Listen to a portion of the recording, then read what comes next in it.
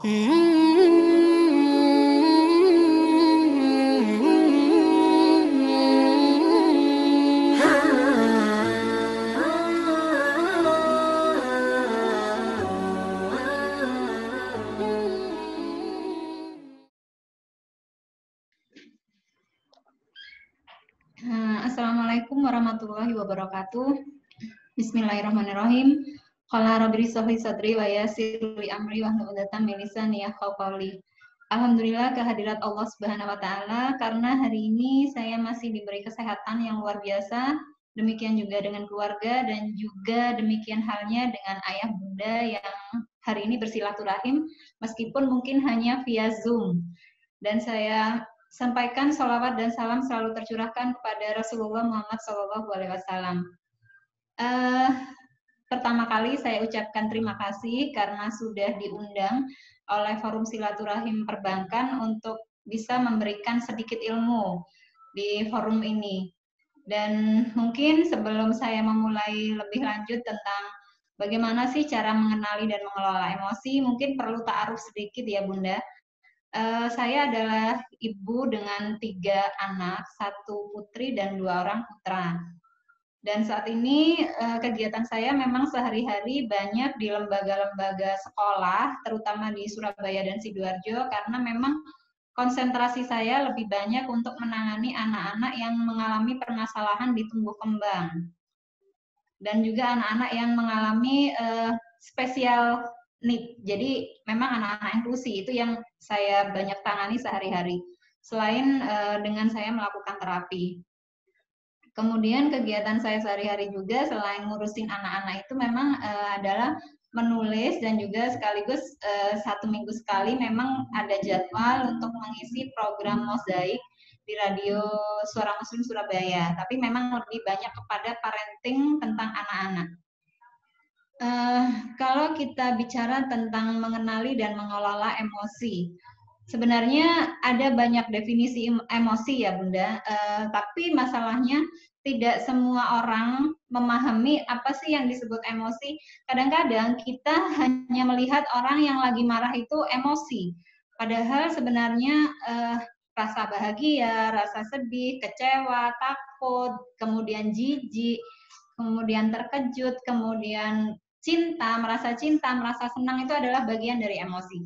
Jadi kalau misalnya kita definisikan apa itu emosi, emosi itu sebenarnya adalah suatu respon akan sebuah keadaan di mana respon ini akan mempengaruhi bagaimana kita bersikap terhadap situasi yang ada. Emosi ini bisa sesuatu yang menyenangkan seperti rasa sukacita, bahagia, cinta dan tawa, tapi ada juga emosi yang tidak menyenangkan seperti misalnya marah, takut dan cemas. Jadi di sini yang wajib kita pahami terlebih dahulu adalah apa sih emosi? Emosi itu adalah suatu respon dari dalam diri terhadap suatu kondisi yang masuk, baik itu kondisi-kondisi yang menyenangkan ataupun tidak, dan itu kondisi-kondisi itu baik sifatnya itu psikologis maupun bukan. Dan kemudian yang harus dipahami juga oleh kita semua di sini, kenapa kita harus mengenali emosi? Karena ada sebuah cerita dari teman-teman yang kebetulan aktif di psikologi klinis dan mereka adalah orang-orang yang menangani anak-anak dengan kecanduan narkoba. Pada waktu itu ada satu pertanyaan yang ditanyakan seperti ini. Kenapa kamu sampai pakai narkoba dalam menyelesaikan masalah-masalah yang terjadi? Jawabannya itu seperti ini. Saya pakai narkoba karena saya tidak tahu apa yang saya rasakan. Jadi pada waktu itu memang anak-anak ini tidak terbiasa untuk dididik emosinya dengan baik. Sehingga mereka itu tidak bisa mengidentifikasi apa masalah yang mereka alami. Nah, sebenarnya ada berapa emosi dasar sih? Kalau kita bicara tentang emosi, maka ada 6 emosi dasar. Yang pertama adalah rasa bahagia. Itu yang pertama. Kemudian yang kedua adalah rasa sedih, takut, kemudian ada rasa jijik, marah, dan kaget. Jadi ada 6 emosi dasar. Dan ini sudah dinyatakan oleh Paul Ekman, seorang ahli psikologi yang memang berfokus pada tata kelola emosi. Nah, kemudian kalau kita bicara, sebenarnya emosi itu bagian dari otak apa enggak sih? Di sini yang harus saya sampaikan bahwa manusia itu di otak kita terdiri dari 3 bagian. Yang pertama adalah batang otak. Batang otak ini sifatnya adalah mengatur sesuatu di dalam tubuh yang sifatnya otomatis. Jadi misalnya seperti denyut jantung, kemudian paru-paru berdetak, kemudian darah itu mengalir, itu tugas dari batang otak.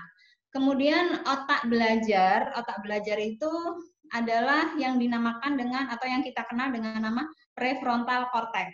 Prefrontal cortex inilah yang membuat kita itu mampu untuk menganalisa, mampu untuk memutuskan, mampu untuk mempertimbangkan sesuatu, itu ada di bagian prefrontal cortex atau PFC.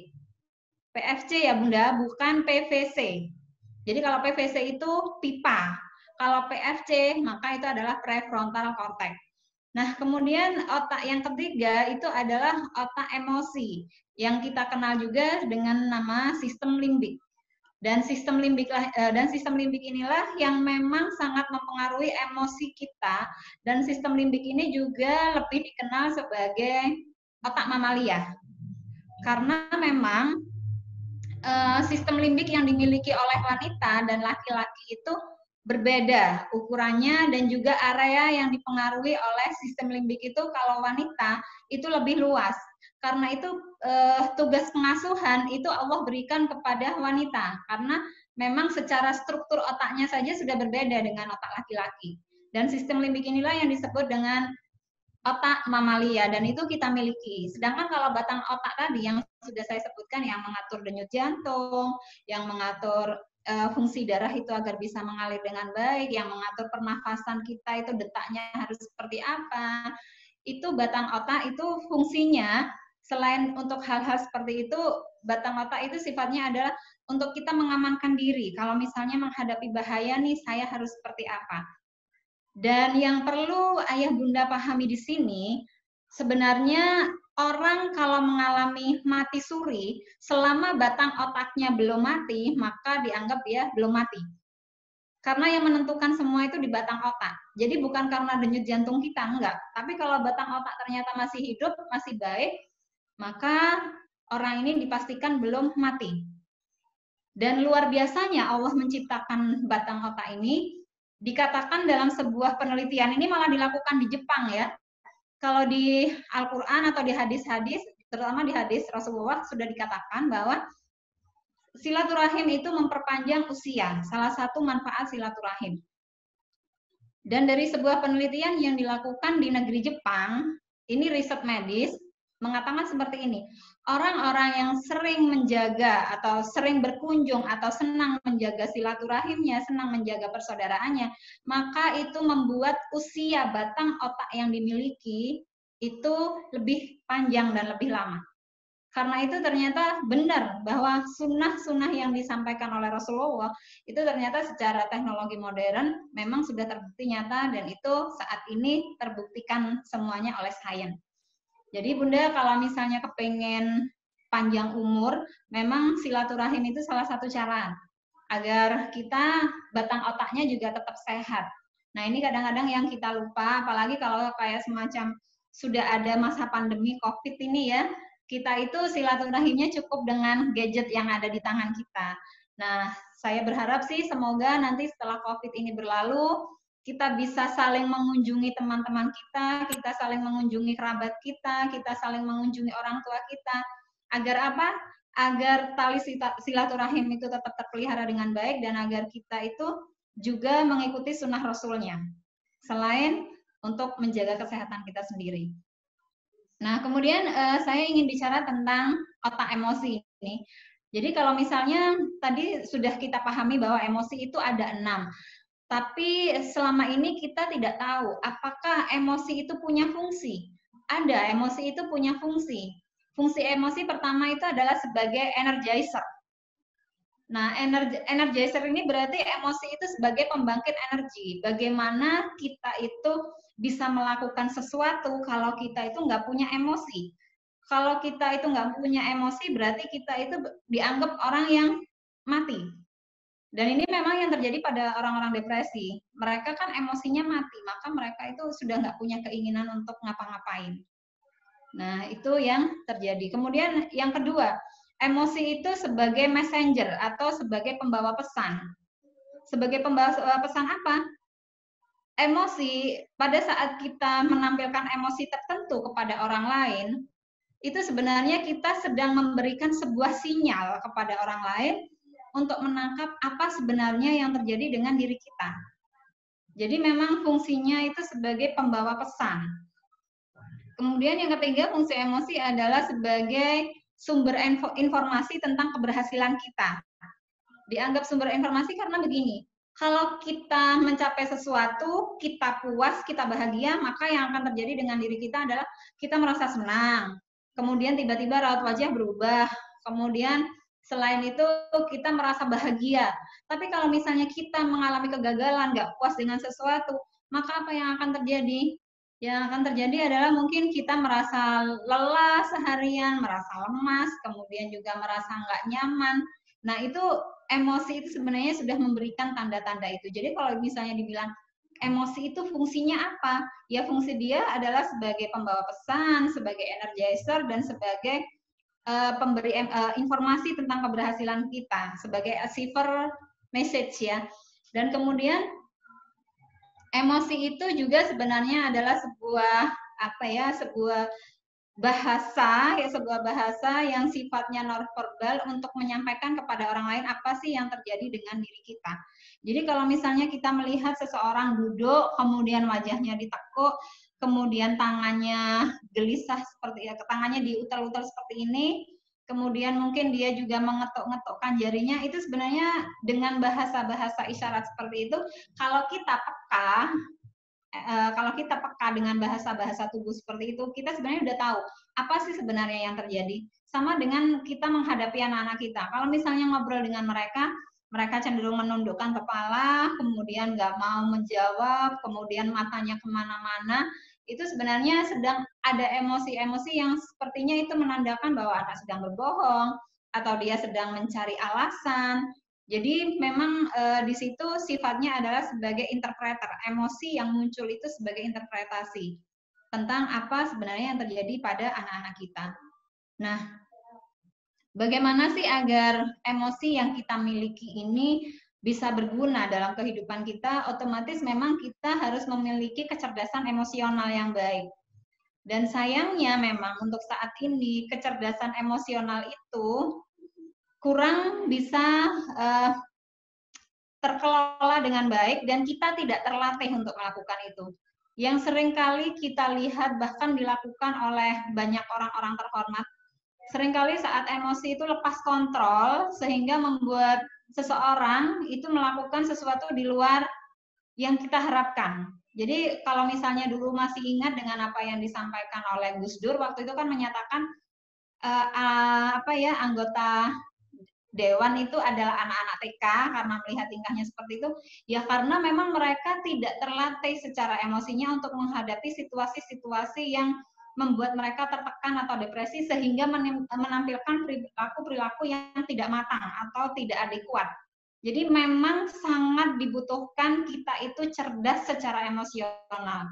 Sebab dalam penelitian Daniel Goleman sendiri dinyatakan bahwa antara emotional quotient dan intellectual quotient, penentu keberhasilan seseorang itu 80% ditentukan oleh emotional quotient-nya, bukan intellectual quotient.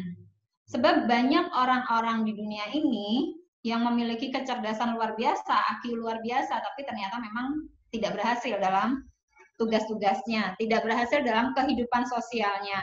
Tapi ada banyak anak-anak ataupun orang dewasa lainnya yang istilahnya biasa-biasa saja, tapi karena keterampilan emosinya bagus, kemampuan dia mengendalikan diri bagus, kemampuan dia untuk mengembangkan interaksi juga bagus, dan kemampuan dia untuk memahami situasi yang terjadi di sekitarnya juga bagus, maka dipastikan orang-orang seperti ini akan lebih sukses baik itu di dunia pekerjaannya maupun pada saat dia harus berinteraksi dengan masyarakat. Nah, bagaimana sih seseorang itu dikatakan memiliki kecerdasan emosional? Jadi pada waktu kita ingin membangun sebuah kecerdasan emosional, maka yang harus kita perhatikan adalah yang pertama, kenali emosi diri sendiri dulu. Jangan sampai begini ya Bunda, sering kali kan Bunda-Bunda itu antara perasaan marah, perasaan jengkel, perasaan sebel, kemudian juga perasaan kecewa, itu mengungkapkannya hanya dengan satu kata. Kalau nggak ngomong, aku lagi bete, aku lagi galau, itu kita nggak bisa mendefinisikan secara spesifik. Kenapa? Kenapa lagi galau? Kenapa lagi bete? Apakah kamu lagi marah? Ataukah hanya sekedar kecewa? Atau hanya sekedar jengkel saja? Karena perbedaan emosi yang muncul itu sebenarnya membutuhkan perbedaan perlakuan. Sama seperti kita melihat anak-anak kita. Kalau kita sudah tahu, oh anak ini lagi marah, oh anak ini lagi sedih, maka perlakuan yang kita berikan itu harusnya beda, jangan sama. Kalau misalnya melihat anak yang lagi marah ataupun dia lagi sedih, kalau anak sedih dipeluk enak, tapi kalau anak lagi marah kita peluk dia, dia akan bisa tambah marah. Nah, ini fungsinya kenapa kita harus ngajarin emosi. Karena pada saat kita mengenal emosi kita dengan baik, anak-anak kita itu mengenal emosinya dengan baik, maka akan sangat mudah bagi anak dan diri kita sendiri untuk melakukan terapi terhadap diri kita sendiri. Sebenarnya apa sih yang terjadi dengan diri saya? Kalau saya marah, saya harus bagaimana? Kalau saya sedih, saya harus bagaimana? Nah, itu yang kadang-kadang tidak kita ajarkan. Karena memang kita dalam usia perkembangan anak harusnya 0 sampai 7 tahun, itu sebenarnya bimbingan utama adalah cerdas secara emosional. Itu harus clear 0 sampai 7 tahun. Tapi masalahnya di negeri kita, pendidikan kita saja tidak mengajarkan tentang bagaimana mendidik emosi itu dan keterampilan emosional itu sehingga akhirnya menjadi kecerdasan emosional dalam sebuah kurikulum khusus itu belum ada. Dan sangat saya harapkan semoga nantinya generasi yang akan datang akan mendapatkan materi-materi tersebut. Nah, kemudian kalau kita sudah mampu mengenali emosi, maka kita harus mampu mengelola emosi. Bagaimana cara mengelola emosi itu nanti kita akan bicarakan, karena memang yang susah itu bagian mengelola emosi. Karena mengelola emosi itu sesuatu yang sifatnya butuh latihan, butuh waktu yang panjang, kemudian pada saat kita harus melakukan emosi manajemen, kita itu butuh sesuatu yang sifatnya konsisten dan juga ada pengendali yang baik dari dalam diri kita sendiri. Dan kemudian yang ketiga, agar kita bisa cerdas emosional, yaitu kita itu harus bisa, selain mengenali emosi, kita harus bisa mengelola emosi, kita itu harus bisa memotivasi diri sendiri. Kadang-kadang kita itu terlalu sedih dan membutuhkan support dari orang lain, membutuhkan bantuan dari orang lain, sekedar istilahnya kita ngomongnya mungkin curhat ya, tapi kadang-kadang curhatnya itu terlalu banyak, curhatnya terlalu berlebihan, sehingga kadang-kadang membuat orang yang kita curhati juga bosen dengan kok tiap hari ketemu orang ini curhat aja, kok tiap hari ketemu orang ini curcol aja. Karena memang mungkin orang yang sedang curhat kepada kita, orang yang sedang curcol kepada kita, itu tidak memiliki kemampuan untuk memotivasi dirinya sendiri pada saat beliaunya sedang dalam kondisi yang tidak nyaman atau tidak apa ya, yang dia tidak kondusif. Jadi di sini memang dibutuhkan sebuah keterampilan untuk mengelola emosi. Kemudian yang selanjutnya adalah mengenali emosi orang lain. Nah, ini adalah sebuah elemen kecerdasan sosial yang memang harus kita latih. Kita itu harus memiliki kepekaan untuk memahami bahasa tubuh orang lain, agar kita juga nggak salah dalam mengembangkan komunikasi kita dengan orang yang sedang kita ajak ngobrol atau dengan orang yang sedang kita ajak interaksi. Karena pada waktu kita ngobrol dengan orang tanpa kita bisa melihat mimik wajahnya, emosi yang muncul, kemudian juga bahasa-bahasa tubuh yang lain, kadang-kadang kita tidak tahu dia lagi sedih, kita ajak ngobrol panjang lebar, padahal dia juga sudah jenuh, kita masih maksa ngajak ngobrol panjang lebar, akhirnya yang terjadi si orang yang kita ajak ngobrol ini tiba-tiba bisa marah sendiri dengan sendirinya. Nah, ini kita perlu berhati-hati. Nah, kemudian setelah kita bisa mengenali emosi orang lain, maka kita harus belajar untuk mengembangkan hubungan dengan orang lain. Karena mengembangkan hubungan dengan orang lain itu termasuk dalam melakukan pengendalian diri. Termasuk dalam bagaimana cara kita bisa berempati, bagaimana kita bisa bersimpati, dan juga bagaimana kita bisa melakukan toleransi dan bersabar dengan orang lain. Nah, itu sudah lebih kompleks lagi pada saat kita harus berhadapan dengan orang lain. Karena saat kita berhadapan dengan orang lain, otomatis kita akan berhadapan dengan pribadi yang mungkin sangat berbeda atau bertolak belakang dengan diri kita atau lingkungan kita selama ini. Jadi ini memang butuh sebuah upaya khusus. Nah, kemudian bagaimana sih cara latihan emosi?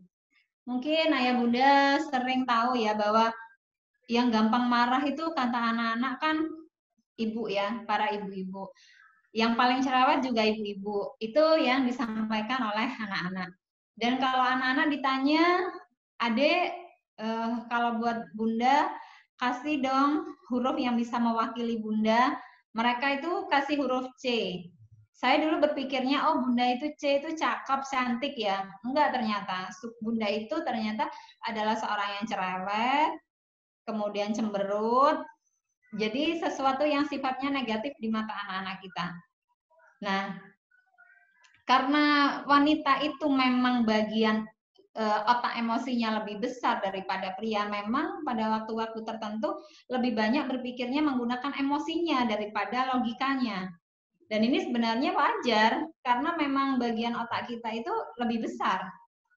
Dan bagi ibu-ibu, kalau sudah memahami bahwa memang otak emosi kita itu lebih besar, yang harus dipahami juga adalah bagi ibu-ibu, emosi itu sifatnya menular.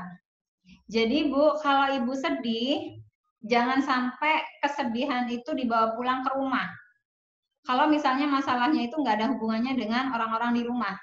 Sebab kesedihan yang kita alami, emosi yang kita alami itu menular kepada anak-anak. Contoh terkecil seperti ini, pada waktu anak mau ujian.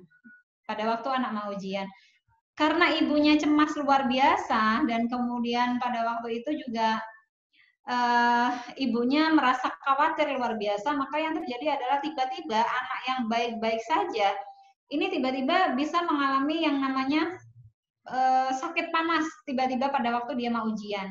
Nah, ini sebenarnya disebabkan oleh emosi dari ibu sudah nular ke anak. Dan contoh paling mudah adalah pada saat kita melihat orang menangis. Kita lihat orang nangis, kemudian dia bercerita apa yang dirasakan, kenapa dia menangis. Tiba-tiba tanpa kita sadari, padahal kita juga nggak kenal dengan orang itu, tiba-tiba tanpa kita sadari, kita juga ikut nangis, ikut terharu. Nah, itu karena memang emosi yang dimiliki orang itu menular kepada kita. Jadi hati-hati dengan emosi kita.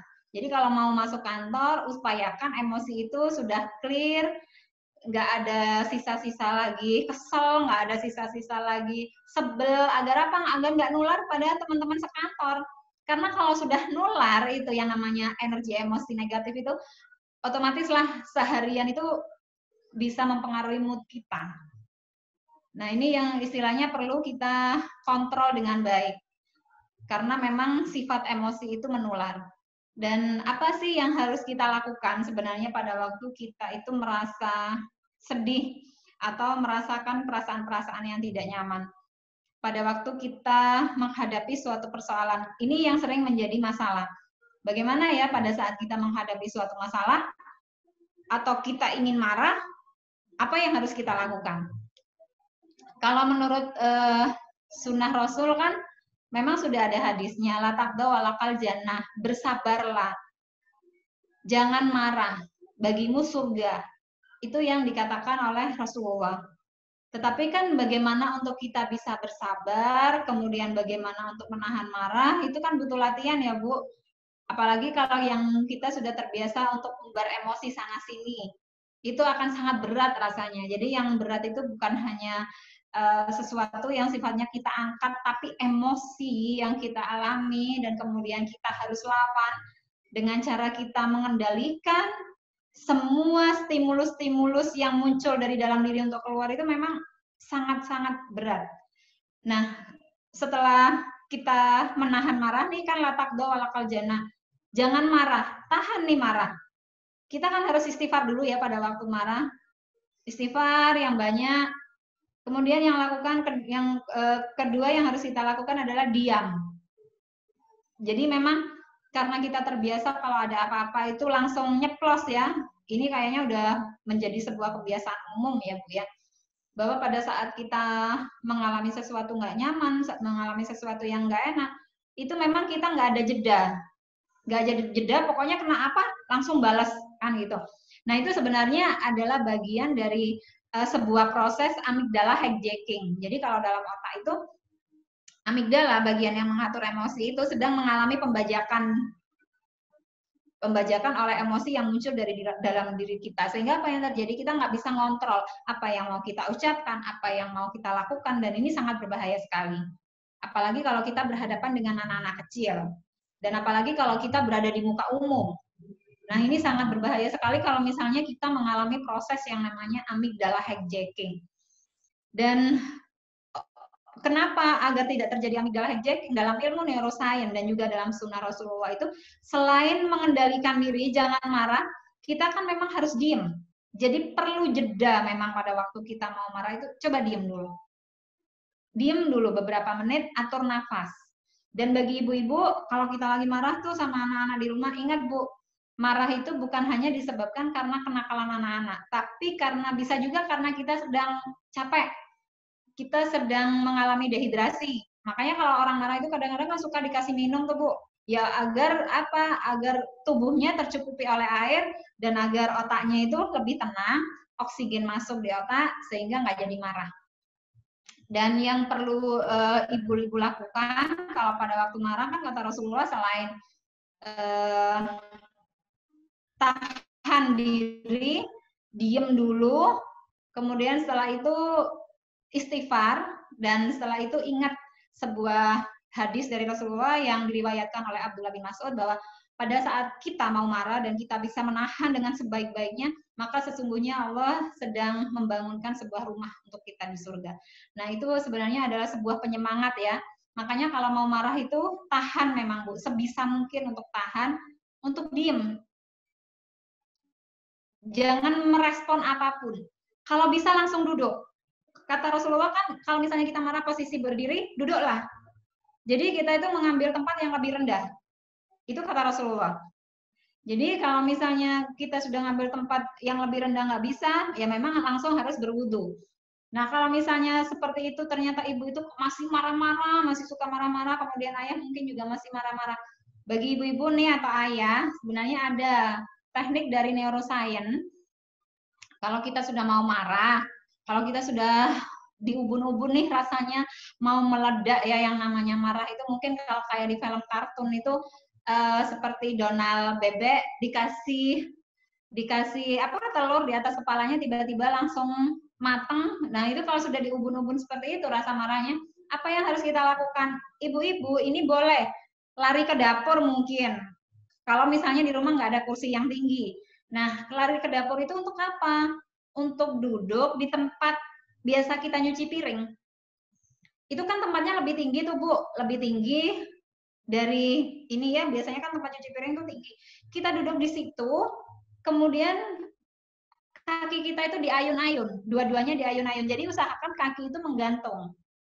Agar apa? Agar pada saat kaki menggantung itu, kortisol, hormon kortisol yang dihasilkan otak pada waktu marah itu bisa perlahan-lahan turun. Jadi ini adalah apa ya tips kalau misalnya udah dikit-dikit banget mau marah. Jadi memang usahakan cari tempat yang tinggi untuk kemudian berdiri, duduk, dan kemudian kaki digoyang-goyang seperti ini. Jadi digoyang-goyang begini ya Bu kakinya ya, diayun seperti ini. Nah itu bisa kita lakukan di rumah. Dan otomatis kortisol yang sudah naik turun ke bawah seperti itu. Tapi kalau kita biasakan marah ya marah aja, maka apa yang akan terjadi, kortisol itu naik, kemudian kalau dia sudah naik ke otak otomatis akan meracuni nih darah yang ada di tubuh kita, dan apa yang akan terjadi nanti ya otomatis yang namanya sakit diabetes ya, kemudian tiba-tiba merasa diri sudah umur berapa sih kok sudah kena rematik. Nah nanti cek ya ayah bunda, kok sudah kena rematik, kok sudah gula darah seperti ini, itu sebenarnya karena racun yang dihasilkan oleh kortisol. Karena setiap kita marah, sebenarnya otak, bagian otak yang namanya hipotalamus itu langsung ngasih perintah, mus, ini nih lagi marah, emosinya nih lagi keluar nih, maka apa yang harus kamu lakukan? Kortisol otomatis membuka gerbangnya. Nah, kalau sudah kortisol membuka gerbangnya, Bu, lautan marah itu, hormon marah ini membuat kita itu benar-benar nggak bisa terkendali. Nah, ini yang memang harus kita latih agar nantinya kita nggak suka marah-marah. Nah, kalau sudah seperti itu, kalau misalnya kita sudah bisa nih, bisa ngatasi, bisa menahan diri nih, mau marah, tahan, mau marah, duduk, mau marah, minum, mau marah, istilahnya kita istighfar, mau marah, berhitung. Berhitung 1, 2, 3, 4, berhitung. Itu bisa dilakukan. Dan yang efektif juga dalam neuroscience, kalau kita mau marah adalah lakukan self-talk, bicara kepada diri sendiri. Jadi di situ kita langsung nyetel nih otak berpikir kita. Jadi prefrontal cortex kita itu di setel, diaktifkan segera untuk mengatakan, penting nggak ya aku marah untuk situasi yang seperti ini? Kalau misalnya aku marah dalam situasi seperti ini, itu merugikan apa tidak? Dan kita juga bisa berpikirnya begini, aku nggak ada gunanya menanggapi orang-orang yang marah yang seperti ini. Udahlah, daripada bikin buang-buang energi, ya sudahlah, abaikan saja. Jadi memang kita harus melakukan self-talk, dan itu sebenarnya sangat-sangat efektif. Coba nanti ayah dan bunda coba ya, kalau misalnya sudah merasa marah banget, entah itu kepada siapa, dicoba tips-tips yang seperti itu. Selain tips dari Rasulullah tadi. Kemudian agar kita itu mampu mengelola emosi dengan baik, memang pada saat kita sedih ya, pada saat kita sedih itu kita memang wajib menyiapkan waktu untuk menggalau. Istilahnya menggalau itu gini, ibu mau nangis, nangis aja. Jadi kita itu punya me time untuk diri sendiri. Kadang-kadang wanita itu yang sudah sibuk dengan pekerjaannya, terutama wanita karir, dia juga harus mengurus rumahnya, dia harus ngurus anaknya, kayaknya semua waktunya sudah habis. Maka apa yang dibutuhkan? Yang dibutuhkan adalah me time, waktu untuk diri saya sendiri. Apakah me time-nya itu harus mahal? Apakah me time-nya itu harus pergi? Itu sebenarnya tergantung pada kita. Mungkin untuk beberapa orang me time itu cukup dengan diam di kamar, minum teh hangat, baca buku, sudah cukup. Ada beberapa orang me time-nya itu dikasih waktu aja dia berkebun, itu sudah cukup. Jadi me time itu tergantung masing-masing dari kita. Tapi ada juga sih me time ibu-ibu yang istilahnya me time adalah aku harus pergi shopping. Itu ada, Bu. Karena memang shopping itu luar biasa memanjakan ibu-ibu. Jadi sudah puas nih kalau sudah me time dengan cara shopping, atau malah harus jalan-jalan kemana gitu kan. Yang penting pada waktu kita merasakan kesedihan, pada waktu kita ngadepin masalah, sediakan waktu untuk menumpahkan rasa galau itu. Mau kita nangis, silahkan. Mau kita kesel, terus kemudian misalnya sambil pukul-pukul bantal atau apa, silahkan, asalkan sendirian. Jadi memang waktu me time itu kita gunakan untuk memaksimalkan, meluapkan emosi, itu namanya katarsis. Katarsis emosi apa yang kita rasakan. Tapi sebenarnya kalau ibu mau efektif untuk me time itu, dan pada waktu itu kita sedang emosi, coba sekali-kali kalau ibu lagi marah, ibu sediakan kertas sama bolpen, kemudian tulis apa yang ibu rasakan. Tulis apa yang kita rasakan, semua rasa galau ibu silahkan ditulis di situ. Dan kalau sudah selesai ditulis, ya udah taruh aja, dibaca ulang. Kenapa sih sebenarnya? Udah seperti itu kan? Nah, kemudian kalau sudah ya, kalau kita sudah melakukan me time itu, kita berpikir ulang kembali untuk memberi label pada emosi yang kita hadapi. Aku itu kenapa sih kok marah? aku tuh kenapa sih kok sedih, itu kita harus pahami dengan benar. Apakah dengan peristiwa ini aku benar-benar marah, atau aku cuman kecewa, atau aku hanya bersedih. Nah, ini yang harus benar-benar clear. Kita pahami bahwa saat ini kondisi emosi yang terjadi dalam diriku seperti ini. Dan kebanyakan dari kita memang selama ini tidak pernah menyadari emosi yang sedang kita alami. Karena emosi itu bisa menjadi lawan kita atau bahkan menjadi kawan kita. Kalau misalnya kita tidak tahu apa emosi yang terjadi dalam diri kita. Jadi kalau misalnya emosi yang terjadi bahagia, oh itu bisa menjadi kawan kita. Emosi yang terjadi adalah rasa senang, rasa cinta, rasa empati. Oh berarti itu adalah emosi yang bisa menjadi kawan kita. Tapi kalau misalnya emosinya yang terjadi adalah marah, kesedihan, kekecewaan, maka itu adalah menjadi lawan. Tapi jangan salah juga, ada beberapa emosi itu memang kita butuhkan, beberapa emosi yang sebenarnya tidak ada emosi negatif dan positif ya. Ada beberapa emosi yang istilahnya seperti rasa marah, takut, kecewa, itu memang kadang-kadang kita butuhkan. Cuman nggak perlu kita ekspresikan. Kalaupun kita ekspresikan, ekspresikan itu dengan cara yang benar dan tepat. Nah, ini yang memang butuh latihan khusus.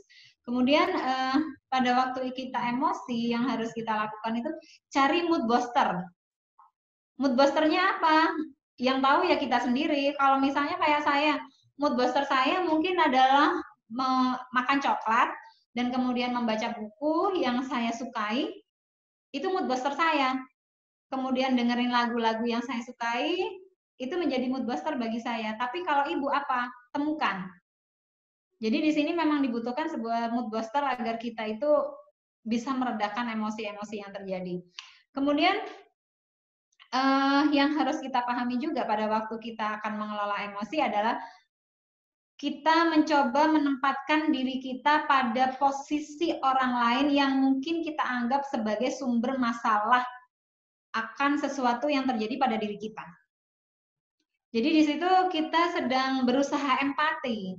Kenapa ya orang ini berbuat begini kepada saya? Kenapa ya orang ini begini bersikap seperti ini kepada saya? Apakah ada yang salah dengan saya atau memang ini waktunya saya harus bersikap lebih baik lagi? Nah, itu akan membantu kita sebenarnya lebih baik lagi dalam menghadapi masalah. Jadi di sini memang kita mencoba untuk melihat sesuatu itu dari sudut pandang yang berbeda dan dari perspektif orang lain juga. Dan kita anggap kalau di sini kan, kalau dalam Islam kan, anggap aja kalau orang yang bikin masalah dengan kita itu karena dia nggak paham, karena dia nggak tahu. Ya sudah, kita doakan saja seperti itu. Ya sudah, semoga dia bisa lebih baik lagi. Itu mungkin yang biasa kita lakukan. Kemudian yang selanjutnya adalah kita harus menyadari bahwa pada saat kita emosi, kadang-kadang ada orang lain yang terganggu dengan kondisi kita. Tapi yang harus dipahami juga, pada saat orang lain emosi, kita itu harus mengatakan seperti ini, bahwa memang tidak ada orang yang sempurna kok.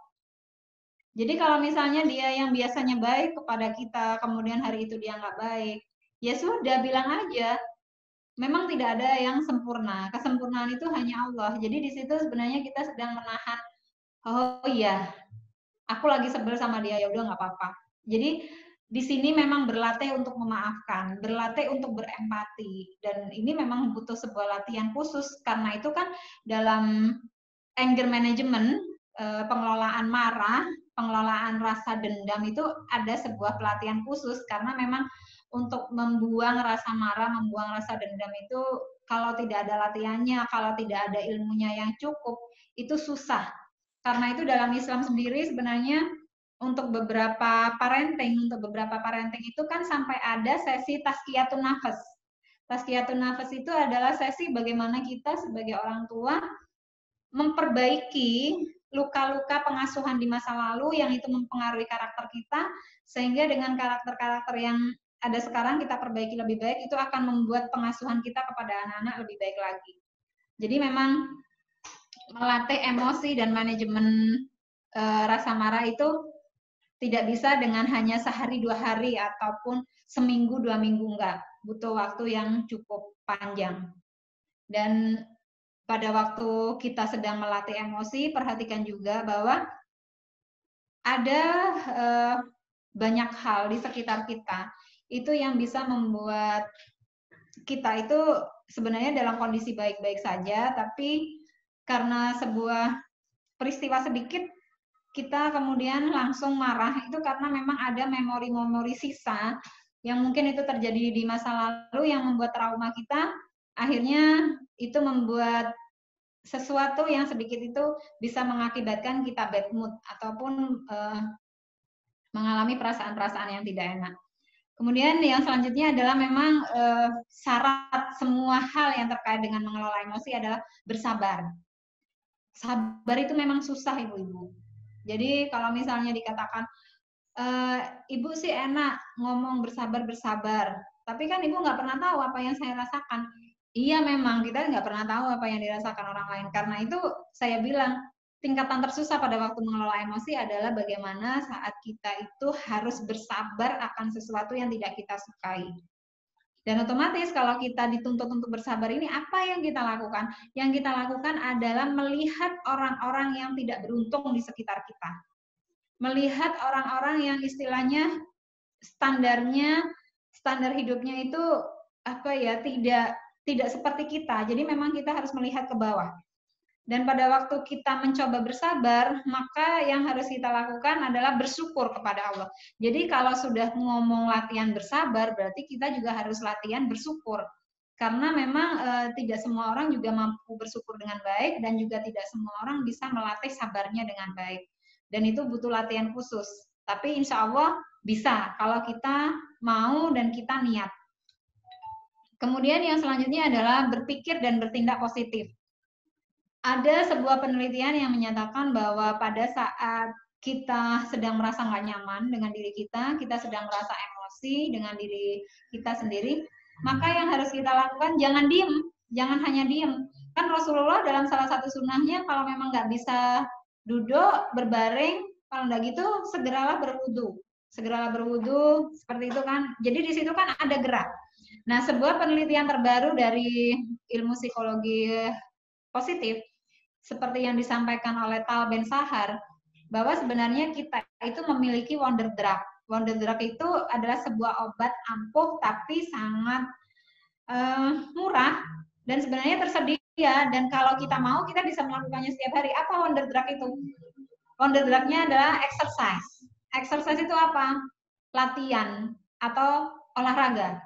Jadi luar biasanya pada waktu kita sedih, pada waktu kita mengalami emosi-emosi yang tidak baik itu sebenarnya agar kita tidak larut di situ itu memang kita harus bergerak, jangan diem, jangan mager, Bu. Kalau misalnya sudah nggak nyaman perasaan kita.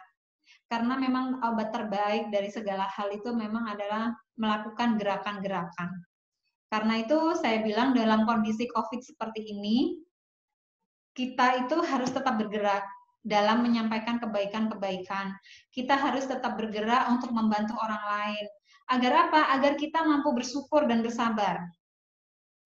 Karena memang pada waktu kita melakukan gerakan, Ibu, dan kemudian kita bertemu dengan orang-orang yang kita bantu dan kita bisa menolong mereka, coba perhatikan ekspresi mereka baik-baik, kemudian maknai apa yang dirasakan orang-orang itu.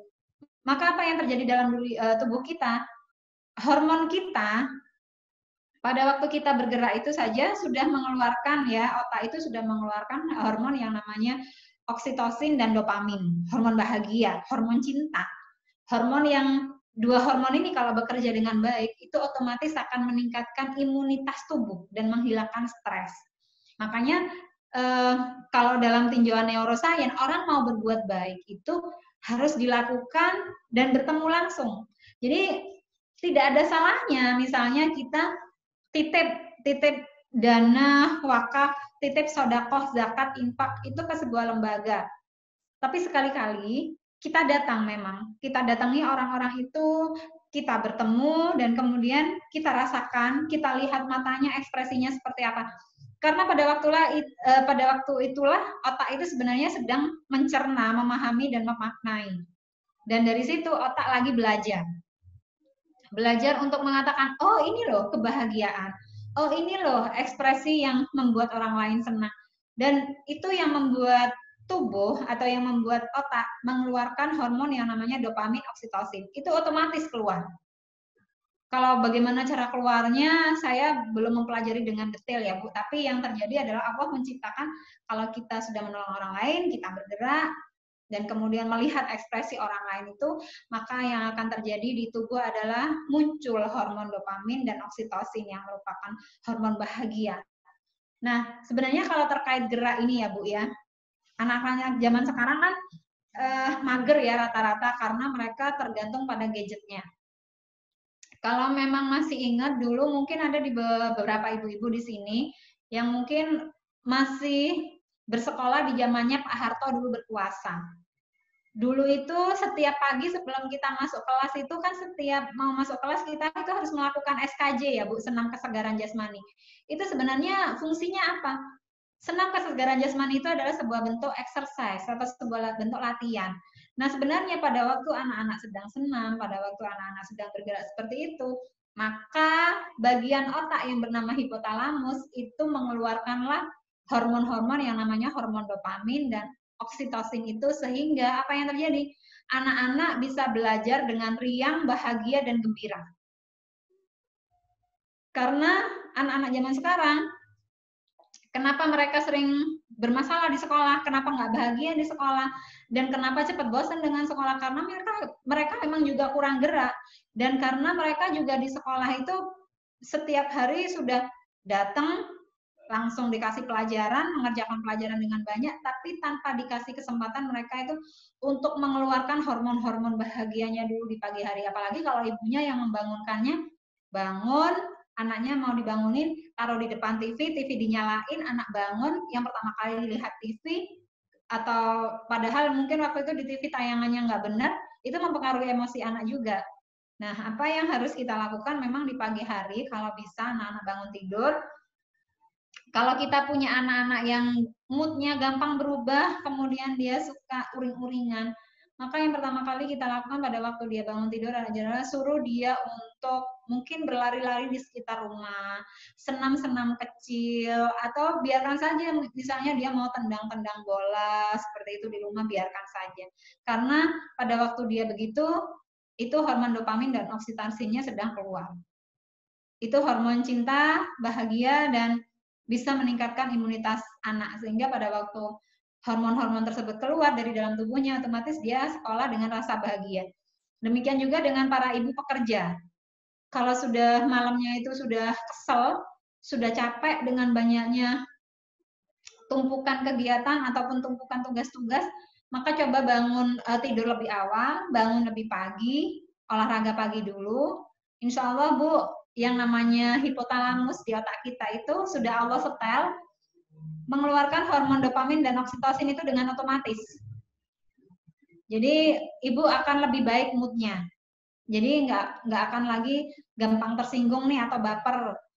Jadi ibu itu akan lebih nyaman, mungkin bisa pergi ke sekolah itu dengan ke tempat kerja itu lebih bahagia. Ini yang bisa ibu lakukan. Kemudian kalau kita sudah memahami bagaimana untuk mengelola emosi, maka yang harus kita pahami adalah emosi-emosi yang terjadi di dalam diri kita itu sebenarnya sangat berpengaruh besar kepada kesehatan tubuh kita. Makanya saya tadi bilang, kalau ingin bahagia, maka kelola emosinya dengan baik. Karena orang yang tidak bisa mengelola emosi dengan baik, bawaannya bisa aja dia marah-marah, bawaannya dia bisa aja suka curiga atau parno ya, yang istilah orang sekarang itu suka parno. Kemudian dia juga suka bikin masalah dengan tetangganya, nggak bisa mengerti apa yang dimau orang lain atau teman-temannya atau juga bahkan keluarganya. Maka yang harus dipahami saat kita tidak bisa menguasai emosi-emosi tertentu dalam tubuh itu nanti pengaruhnya kepada kesehatan tubuh kita. Ini dari sebuah riset sudah dikatakan bahwa orang yang suka marah-marah itu pengaruhnya kepada liver. Jadi ini sebuah penelitian yang dilakukan oleh kedokteran timur. Kalau dulu kan, kalau kedokteran barat itu penelitiannya lebih banyak kepada fungsi amigdala dan bagaimana amigdala itu mengontrol marah. Tapi kalau kedokteran timur itu lebih mengarah pada bagaimana emosi itu bisa mempengaruhi kesehatan jiwa. Dan ini kalau dalam psikologi kita kenal sebagai psikosomatik. Jadi ada orang yang tiba-tiba karena cemas, ada yang tiba-tiba karena ketakutan, tiba-tiba emahnya kambuh, tiba-tiba asam lambungnya naik. Itu adalah gejala-gejala psikosomatik. Nah, kemudian bagaimana pengaruh emosi? Orang yang suka marah-marah, biasanya indikasi yang muncul adalah dia mengalami sakit liver. Yang pertama itu. Kemudian orang yang suka sedih, berlarut-larut, kemudian mungkin sampai dia mengalami stres, depresi, maka yang bermasalah adalah bagian paru-parunya. Kemudian kalau orang yang suka khawatir nih, sedikit-sedikit khawatir, sedikit-sedikit cemas karena parno, maka apa yang terjadi? Asam lambung mudah naik. Dan itu membuat kita mudah terserang MAH atau kena sakit lambung ya. Jadi MAH, kalau yang suka MAH, misalnya pola hidupnya sebenarnya sudah, misalnya makan teratur, kemudian semuanya teratur lah ya, pokoknya yang sifatnya biologisnya teratur, tapi dia kok punya penyakit MAH atau punya asam lambung, patut diperhatikan apakah dia sering khawatir, apakah dia sering parno. Itu yang harus kita perhatikan. Kemudian stres. Stres itu bisa mengakibatkan sakit pada jantung dan otak. Itu yang harus benar-benar Bunda perhatikan. Jadi jaga diri, jangan sampai stresnya itu melewati batas. Stres itu boleh kalau masih dalam tahapan yang wajar, yang normal. Karena memang kalau kita nggak ada stres sama sekali dalam hidup, maka kita itu tidak memiliki rasa berkompetisi. Kalau kita tidak memiliki rasa stres dalam hidup, maka kita itu cenderung terlalu santai, sehingga akhirnya cenderung enak-enakan. Jadi memang stres itu dibutuhkan, tapi dalam kondisi dalam taraf tertentu. Kemudian orang yang suka sedikit-sedikit takut, sedikit-sedikit ini salah enggak ya, sedikit-sedikit merasa apa yang aku lakukan ini kira-kira benar apa enggak ya, itu mempengaruhi pada ginjal. Jadi hati-hati dengan emosi-emosi yang ada di dalam tubuh kita, karena memang emosi-emosi ini sangat berbahaya terhadap organ-organ vital yang kita miliki. Dan kemudian yang perlu saya sampaikan juga adalah cara untuk meningkatkan kecerdasan emosi ya. Tadi selain hal-hal yang sudah saya sampaikan tadi di atas, yang pertama adalah cobalah kita dalam keseharian kita itu mengurangi emosi negatif. Mengurangi emosi negatif itu adalah hal yang paling penting. Kalau saat ini kita sedang menghadapi pandemi, jangan katakan bahwa kita ini saat ini dalam posisi yang tidak nyaman, kemudian ada pikiran-pikiran yang negatif, jangan. Tapi kita tetap berpikir positif bahwa mungkin ini adalah cara Allah untuk membuat kita lebih bersyukur, mungkin ini adalah cara Allah untuk mendekatkan kita kepada anak-anak kita, ini adalah cara Allah untuk mengajari kita hidup di masa depan, yang mungkin di masa depan itu teknologi sudah menjadi bagian yang sangat pekat di dalam diri kita, dan mungkin ini juga adalah bagian dari cara Allah untuk membuat kita lebih berempati kepada orang lain. Jadi hilangkan pikiran-pikiran negatif. Jadi jangan, kalau dalam kondisi COVID seperti ini, jangan sampai ada pikiran-pikiran negatif seperti itu. Jadi kalau misalnya pun kita menghadapi musibah atau wabah seperti ini, ya anggap saja ini memang bagian dari siklus kehidupan yang terjadi. Karena apa? Karena sejarah berulang. Kalau ibu-ibu pernah baca tentang sirah Rasulullah, dulu di zamannya Rasulullah itu kan ada penyakit yang tidak bisa disembuhkan, yaitu lepra. Nah, pada waktu itu sunnah Rasul adalah pada saat kamu mengetahui ada sebuah wabah di sebuah tempat, jangan didatangi. Dan orang-orang yang di dalam situ jangan pergi ke daerah yang lain. Dan ternyata itu berulang kembali di zamannya siapa? Di zaman Sayyidina Umar bin Khattab. Pada waktu itu di zamannya Sayyidina Umar bin Khattab, di daerah Damaskus terjadi penyakit yang namanya taun. Dan taun itu memang seperti corona saat ini. Apa yang pada waktu itu diperintahkan oleh Sayyidina Umar adalah menyuruh gubernur Damaskus, yaitu eh, Sa'ad bin Abi Waqqas. Maaf, Abu Ubaidah bin Jarrah. Abu Ubaidah bin Jarrah pada waktu itu sebagai gubernur Damaskus dikasih tahu sama Sayyidina Umar untuk pergi menjauh, pergi naik ke atas gunung agar penyakit itu tidak menular kemana-mana. Dan orang yang sudah sakit jangan juga kemana-mana. Dan sekarang apa yang terjadi saat ini? Ini juga terjadi kepada kita.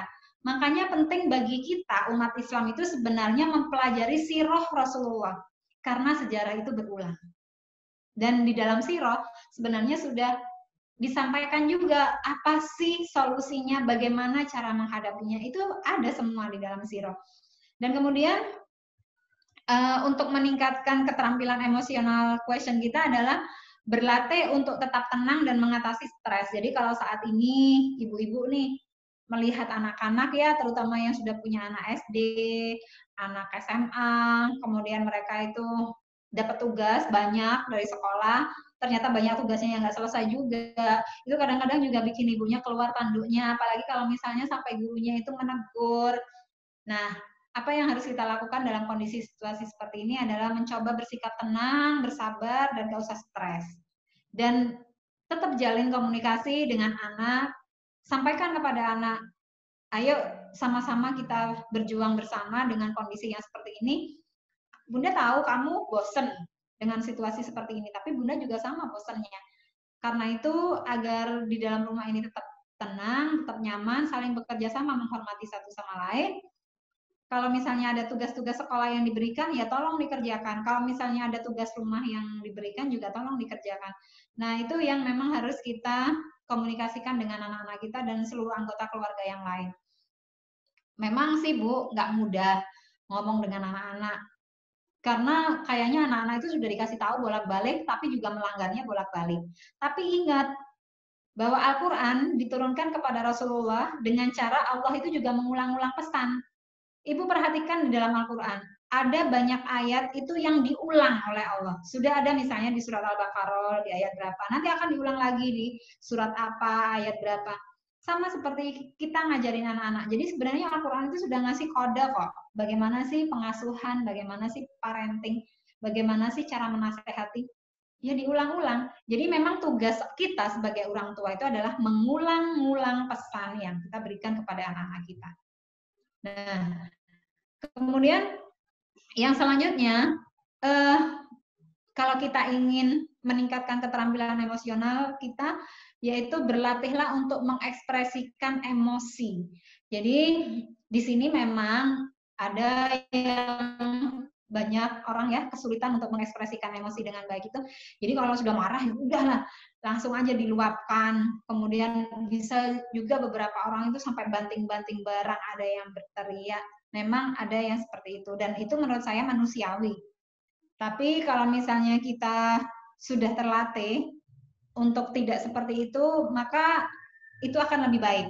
Nah, karena itu di sini saya katakan coba masing-masing dari kita mengaca, bercermin ya, bercermin. Kalau saya marah, saya berteriak gini, model wajah saya seperti apa ya? Kalau saya sambil banting-banting barang, seperti apa ya? Nah, itu kita bercermin dan kemudian kita refleksikan kembali, bagaimana kalau misalnya aku marah, emosiku cukup begini aja. Secara bahasa tubuhku cukup begini saja. Jadi di sini memang apa ya dibutuhkan latihan, memang tidak mudah. Kemudian apalagi yang harus kita lakukan adalah bersikap proaktif, bukan reaktif pada waktu kita bertemu dengan orang yang memicu emosi kita. Kadang-kadang kan yang namanya kita itu bergaul, berinteraksi dengan orang itu ada aja beberapa orang di sekitar kita itu yang suka bikin tanduk kita itu tiba-tiba muncul ya atau keluar. Nah, ini apa yang harus kita lakukan kalau misalnya juga di kantor ketemu dengan entah itu bawahan atau dengan atasan yang setiap kali bertemu itu ada aja yang dikeluhkan, ada aja yang disampaikan yang membuat kita itu mau marah. Nah, ini apa yang harus kita lakukan di sini memang adalah kita itu bersikap proaktif, jangan reaktif. Karena pada saat kita bersikap reaktif, maka yang muncul itu adalah emosi-emosi negatif. Nah, yang harus kita lakukan, harus proaktif itu gimana? Jadi sebelum menemui orang ini, maka kita lakukan self talk dulu. Sebelum nemuin orang ini, upayakan bahwa emosi kita netral, upayakan kita itu sudah beristighfar, upayakan kita itu sudah mengatakan di dalam diri kita, aku maafkan orang ini, dan aku mohon ya Allah, lembutkanlah hatinya agar dia bisa bicara dengan baik. Itu sikap proaktif kita. Kemudian yang selanjutnya adalah yang harus kita lakukan untuk meningkatkan keterampilan emosi kita, kita harus mampu mengungkapkan perasaan dalam hubungan pribadi kita kepada teman-teman di sekitar kita. Jadi kalau memang kita sedih, ya sampaikan kita lagi sedih. Kalau memang kita capek, ya sampaikan kita capek. Karena orang Indonesia itu sebenarnya punya budaya sungkanisme. Jadi kadang-kadang beberapa orang itu tidak terlatih untuk bersikap asertif. Jadi suka nih kalau misalnya di kantor atau di RT RW ya, karena yang nyuruh Bu RT-nya, padahal kita juga punya pekerjaan yang banyak, yang butuh prioritas lebih juga. Tiba-tiba disuruh oleh Bu RT untuk mengerjakan tugas apa, padahal tugas kita udah banyak. Apa yang terjadi? Kita nggak berani ngomong, akhirnya ngomong, oh iya saya kerjakan, oh iya nggak apa-apa, bisa saya bantu.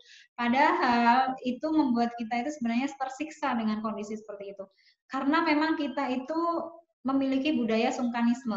Nah, budaya sungkanisme ini yang akhirnya harus kita tepis dan harus kita ajarkan kepada anak-anak untuk mengatakan sesuatu yang memang sudah tidak sanggup dilakukan, tapi itu katakan dengan baik, tanpa menyinggung perasaan orang lain. Jadi kita harus berlatih memang untuk bersikap asertif. Asertif itu adalah suatu kemampuan untuk menyatakan pendapat dengan baik, untuk baik itu sebuah penolakan ataupun sebuah persetujuan, tapi dengan diksi yang benar. Dan itu tidak merugikan diri kita sendiri maupun orang lain. Nah, ini yang harusnya kita pelajari dengan baik dan kita ajarkan juga kepada anak-anak kita. Mungkin demikian dari saya. Sekarang sudah jam berapa ini dengan hostnya? Sudah hampir setengah 12. Halo?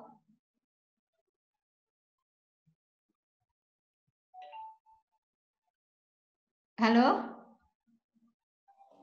Alhamdulillah, demikian kajian untuk hari ini yang berjalan dengan lancar. Semoga apa yang disampaikan oleh Ustazah Bunda Yirawati bermanfaat bagi kita semua dan kita semua senantiasa pintar mengelola emosi kita dengan baik. Amin amin ya robbal alamin. Terima kasih kami ucapkan untuk Bunda Ustazah Yirawati. Untuk sesi pertanyaan, monggo ibu-ibu dan bapak-bapak, sekiranya ada pertanyaan yang mau disampaikan. Sebelum kita tutup kajian hari ini, untuk yang mau bertanya, monggo tekan tombol raise hand.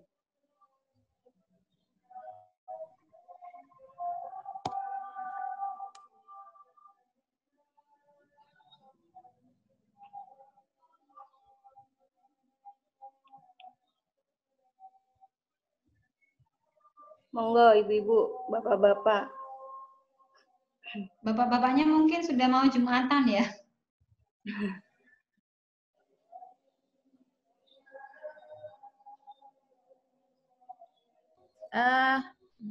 Monggo Ibu Divi. Makasih Mbak Ade. Bunda, Assalamualaikum.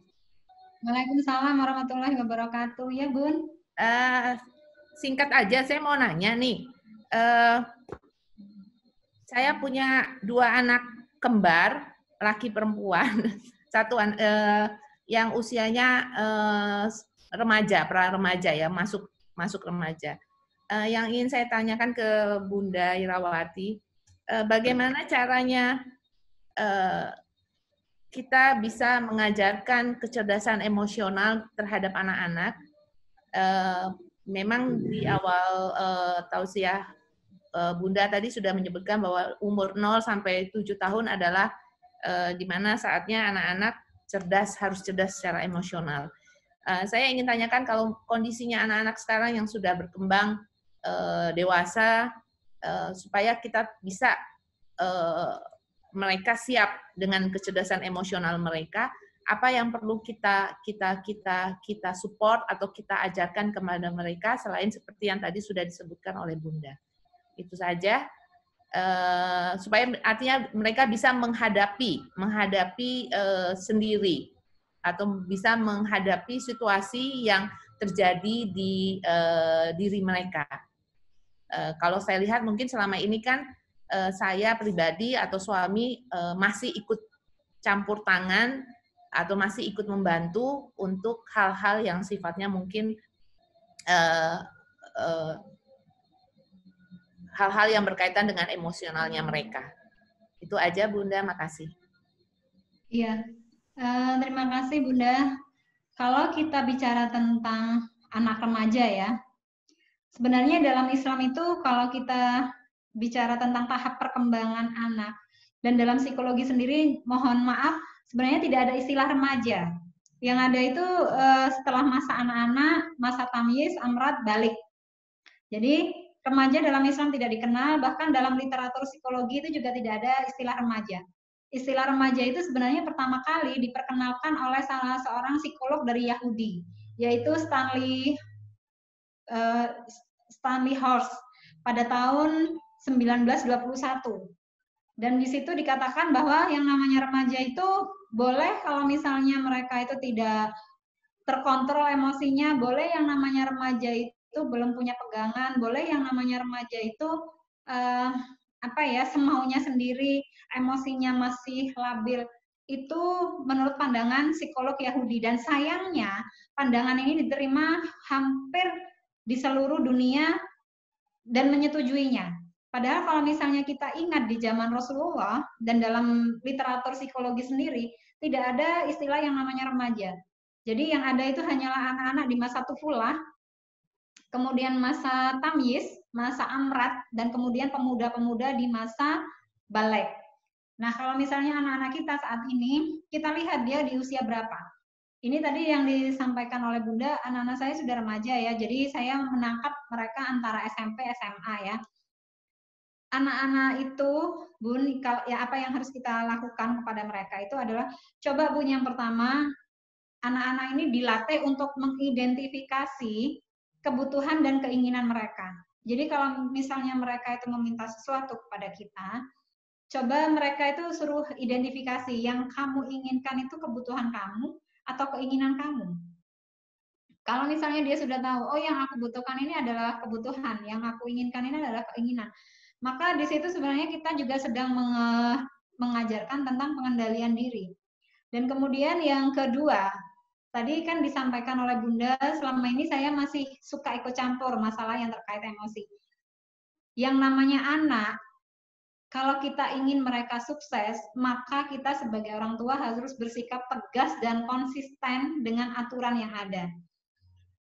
Dan di sini salah satunya adalah bagaimana kita menerapkan aturan yang bisa membuat anak kecewa, tapi biarkan anak itu kecewa, biarkan anak itu sedih, sudah nggak apa-apa. Dan biarkan mereka mencari masalahnya sendiri, mencari solusinya sendiri. Jangan sampai kita sebagai orang tua itu karena nggak mau anak sedih, karena nggak mau melihat anak menderita, maka sedikit-sedikit ditolong, sedikit-sedikit dikasih apa yang dia mau. Nah, ini adalah sebuah kesalahan fatal. Karena pada saat anak itu tidak pernah merasakan bagaimana rasanya sedih, bagaimana rasanya kecewa, bagaimana rasanya gagal, maka dia tidak akan pernah belajar untuk mengatasi emosi-emosi yang tidak menyenangkan dalam hidupnya nanti. Dan apa yang akan terjadi kalau misalnya anak-anak tidak bisa mengatasi emosi-emosi ini, maka mereka akan cenderung tumbuh menjadi pribadi yang mudah mengeluh, mudah menyerah iya, kemudian kurang bersyukur iya, dan kurang sabar. Jadi yang harus Bunda lakukan tadi kalau anak-anak saya untuk mengelola emosinya juga, Bun, adalah mereka saya wajibkan memang untuk menulis mushaf Al-Quran. Karena salah satu cara untuk mengendalikan emosi itu adalah salah satunya dengan cara menulis, terutama menulis mushaf Al-Quran. Dan itu metode yang sangat efektif dan sudah ada risetnya. Bahkan salah seorang pecandu narkoba yang luar biasa, dia sudah keluar masuk penjara juga dan tempat rehabilitasi juga. Ternyata terapi terakhirnya kita sarankan pakai menulis mushaf Al-Quran itu ternyata membawa hidayah tersendiri kepada beliaunya.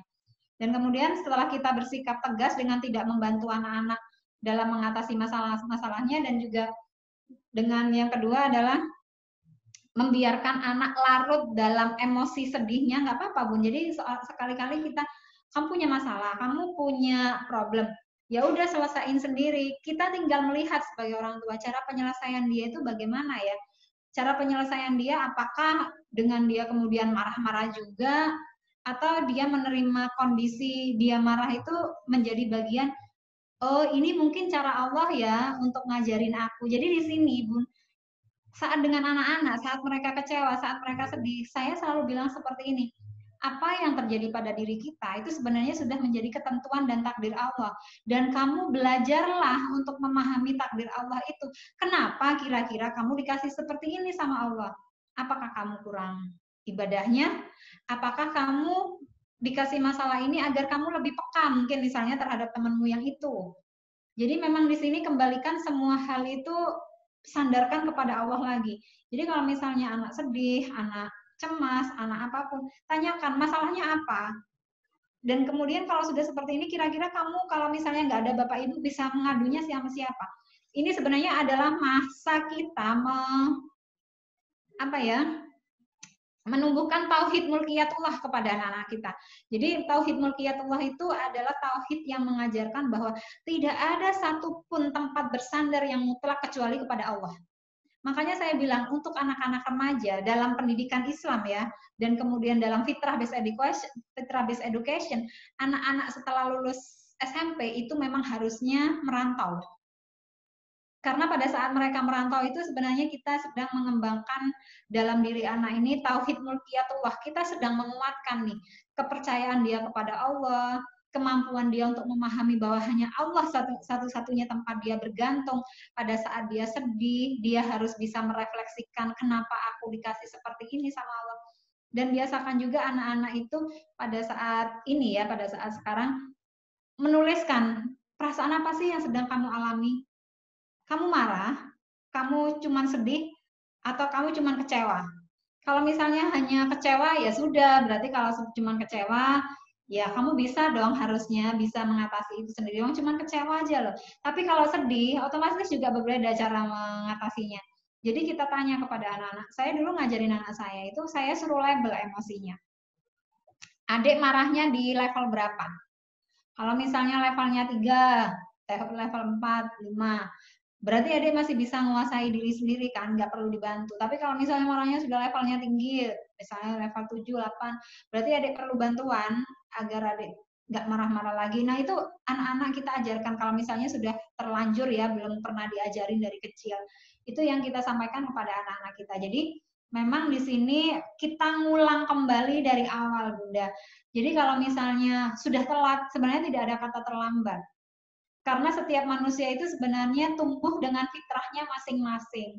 Jadi kalau misalnya hari ini mereka baru belajar, ya nggak apa-apa. Dan salah satu cara belajar terbaik memang untuk kesabaran anak-anak, untuk emosi anak-anak adalah membuat mereka itu membiasakan berpuasa. Karena pada saat berpuasa itu kan sebenarnya mereka itu sedang belajar untuk menahan diri, kemudian menahan emosi. Nah itu yang penting kita sampaikan kepada anak-anak kita. Dan selain itu untuk anak-anak yang sudah remaja, sering-seringlah kita berdialog. Kalau misalnya kita marah, kita lagi sedih, sampaikan kepada anak-anak bahwa Rasulullah itu masa kecilnya itu seperti ini. Rasulullah itu pernah mengalami penderitaan-penderitaan yang luar biasa, tapi Rasulullah tetap bisa bersabar, Rasulullah tetap bisa bersyukur kepada Allah. Jadi memang ajarkan juga kepada anak-anak kita, bersyukur, bersabar. Dan saya selalu ngomong sama anak-anak saya, kalau misalnya menjumpai sesuatu yang nggak nyaman, saya bilang gini, adek cuman begitu aja, nggak usah sedih-sedih banget. Kamu bayangin anak-anak yang di Palestina, sekarang mereka bisa buka tapi belum tentu bisa sahur, atau malah sebaliknya. Jadi memang pada saat kita ngajarin anak-anak tentang emosi, itu kita harusnya juga mencari data-data yang terkait dengan empati. Jadi menumbuhkan empati di dalam diri anak-anak itu wajib. Begitu Bunda. Jadi memang selain kita ajak ngobrol, belajar dari sirah Rasulullah, sirah sahabat, karena memang keteladanan terbaik kan ada di Rasulullah. Jadi memang kita ngajarin, jadi orang muslim itu harus begini loh, wataknya itu harus begini, begini, begini.